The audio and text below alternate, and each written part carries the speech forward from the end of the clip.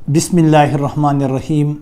मुअज़्ज़ज़ सामिईन व नाज़रीन, अस्सलामु अलैकुम वरहमतुल्लाह। आएँ सबक नंबर 7 की तरफ चलते हैं। इल्म सर्फ़ का मौज़ू लफ्ज़ हैं। लफ्ज़ की 2 अक़साम हैं, कलमा और मुहमल। कलमा की 3 अक़साम हैं, इसम, फ़ेल, हर्फ। इसम की अक़साम बलिहाज़ मानी 2 हैं, इसमें मारिफ़ा और इसमें नकिरा। इसमें मारिफ़ा की अक़साम 4 हैं, इसमें अलम, इसमें ज़मीर, इसमें इशारा, इसमें मौसूल। इसमें अलम की अक़साम हम पढ़ चुके हैं। इसमें ज़मीर की अक़साम, इसमें ज़मीर की 7 अक़साम हैं। नंबर 1, इसमें ज़मीर शख़सी, ज़मीर मौसूला, ज़मीर इस्तिफ़हामिया, इसमें ज़मीर इशारा, इसमें ज़मीर ताकीदी, इसमें ज़मीर तनकीर और इसमें ज़मीर सिफ़ती। आज हम पढ़ेंगे इसमें ज़मीर शख़सी की तरफ आते हैं। इसमें ज़मीर की तारीफ़ वो लफ्ज़ यानी बामानी लफ्ज़ कलमा जो किसी शख्स, चीज़ या जगह के नाम इस्तेमाल होता है, ऐसे लफ्ज़ को इसमें ज़मीर कहा जाता है। इसमें ज़मीर की मिसालें वो, इस, तुम, आप, इन, हम वग़ैरह वग़ैरह। मर्जा की तारीफ़, जिस नाम की जगह इसमें ज़मीर इस्तेमाल हो जाए उसे मर्जा कहते हैं। मर्जा की मिसाल, उमर अच्छा लड़का है, वो बड़ों का अदब करता है।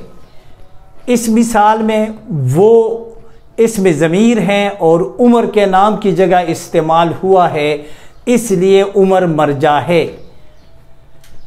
इसमें ज़मीर का फ़ायदा क्या है?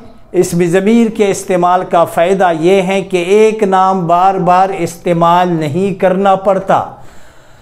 इसमें ज़मीर के इस्तेमाल से कलाम यानी जुमलों में हुस्न पैदा होता है। इसमें ज़मीर शख़सी की तारीफ़, वो इसमें ज़मीर जो किसी शख्स के लिए इस्तेमाल हो। मसलन अली नेक लड़का है, वो नमाज फ़जर के लिए सुबह सवेरे उठता है। यहाँ पर वो अली के लिए इस्तेमाल हुआ है, लिहाजा वो इसमें ज़मीर शख़सी है। सब उसकी इज़्ज़त करते हैं। इन जुमलों में, दर्जबाला जुमलों में वो, उस, इसमें ज़मीर शख़सी है। इसमें ज़मीर शख़सी की 3 सूरतें हैं। नंबर 1, इसमें ज़मीर गायब। नंबर 2, इसमें ज़मीर हाजिर या मुखातब। और नंबर 3, इसमें ज़मीर मुतकल्लिम। इसमें ज़मीर की 3 हालतें हैं। इसमें ज़मीर हालत फ़ाइली, इसमें ज़मीर हालत मफ़ऊली और इसमें ज़मीर हालत इज़ाफ़ी।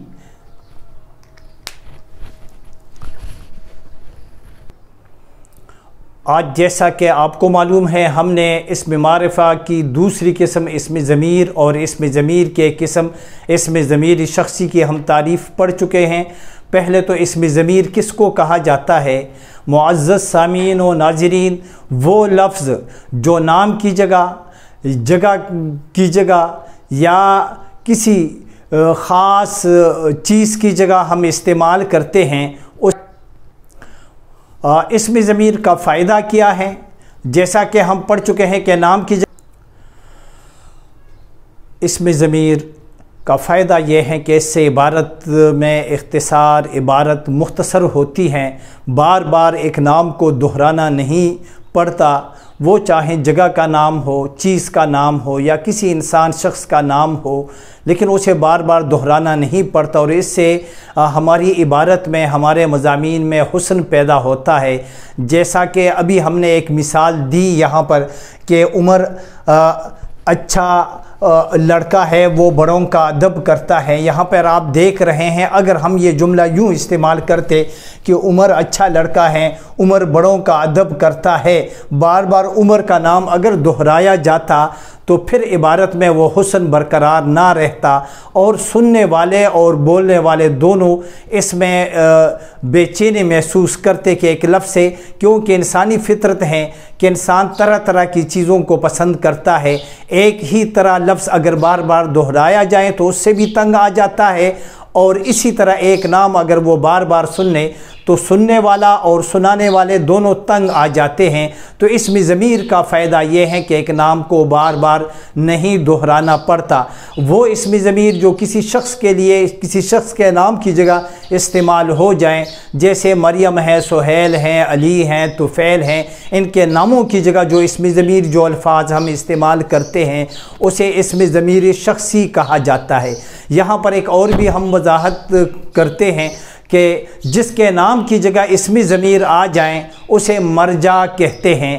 جیسا کہ یہاں پر ہم نے ایک جملے میں کہا کہ عمر اچھا لڑکا ہے، وہ صبح سویرے نماز فجر کے لیے اٹھتا ہے، وہ عمر کے نام کی جگہ استعمال ہوا ہے، لہٰذا عمر جو ہے وہ مرجع ہے۔ مرجع کے معنی ہے رجوع کرنا، یعنی عمر سے اس لفظ کا رابطہ ہوا، رجوع ہم نے کیا عمر سے، تو اسے مرجع کہیں گے۔ تو مرجع اور اسم ضمیر یعنی جس نام کی جگہ اسم ضمیر استعمال ہو جائیں اس نام کو مرجع کہیں گے۔ معزز دوستو، یہاں پر اسم ضمیر کی 3 صورتیں ہیں، 3 شکلیں ہیں۔ نمبر 1 اسم ضمیر غائب، وہ اسم ضمیر جو غائب، جو غیر موجود شخص کے لیے، چیز کے لیے یا جگہ کے لیے ہم استعمال کرتے ہیں، تو وہ سے اسم ضمیر غائب۔ غائب کے معنی ہے غیر موجود۔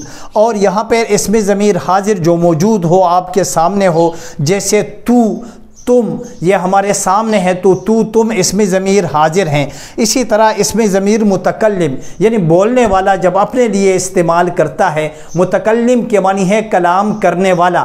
مثلا اگر میں کہوں میں یا ہم یہ اسم ضمیر متکلم ہے، اور غائب کے لیے ہم استعمال کرتے ہیں وہ، اس، ان وغیرہ وغیرہ۔ اسی طرح اسم ضمیر کی 3 حالتیں ہیں، ہم آئندہ سبق میں مفصل یہ 3 حالتیں پڑھیں گے انشاءاللہ۔ اسم ضمیر حالت فاعلی، وہ اسم ضمیر جو فاعل کے نام کی جگہ استعمال ہو جائیں، جس میں کسی کام کا کرنا یا ہونا واضح ہو یا ہمیں پتہ علم مل جائیں تو اسے اسم ضمیر حالت فاعلی۔ اسی طرح اسم ضمیر حالت مفعولی بھی ہے۔ حالت فاعلی جیسے وہ آیا، وہ اسم ضمیر حالت فاعلی ہے، اور اسے حالت مفعولی ہے۔ یہ اسم ضمیر اضافی کے معنی ہے نسبتی، جس کی ہم کسی چیز کی طرف نسبت کرتے ہیں، جیسے اس کا، ان کا، تو یہ اسم ضمیر حالت اضافی ہے۔ انشاءاللہ اس کی ہم گردانیں اور اس کو ہم مفصل آئندہ سبق میں ہم پڑھیں گے، سبق نمبر 8 میں۔ امید ہے کہ آپ کا ساتھ رہے گا۔ آخر میں پھر آپ سے یہی درخواست، یہی التجا ہے کہ اپنی قومی زبان کی خاطر، اردو بر صغیر کی سب سے بڑی زبان، دنیا کی تیسری عظیم زبان، تو اس زبان کو پھیلانے کی خاطر آئیں ہمارا ساتھ دیں، ہمارے اس اردو چینل کو سبسکرائب کریں، لائک کریں، اور پھول کی خوشبو کی طرح جگہ جگہ شیئر کریں۔ والسلام، آپ کا بھائی عبدالحق۔